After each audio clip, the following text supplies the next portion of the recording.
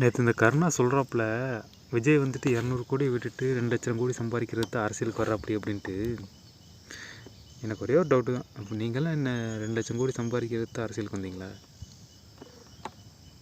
நீயும் நடிச்சுட்டு தான் அரசியலுக்கு வந்திருக்க. அப்போது இருக்கிற எல்லா அரசியல் தலைவர்களும், ஜெயிச்ச தலைவர்கள், இதுக்கு முன்னாடி அரசியல் இருந்த தலைவர்களும் 2 லட்சம் கோடி அவங்க பேங்க் அக்கௌண்ட்டில் இருக்குமா? தெரியல எனக்கு. அப்போ நீ இவர் இப்படி சொல்கிறேன்னா அதுக்கு முன்னாடி எப்படி நடந்திருக்குன்னு தானே அர்த்தம். விஜய் சார் இப்போ அரசியலுக்கு வந்திருக்காரு.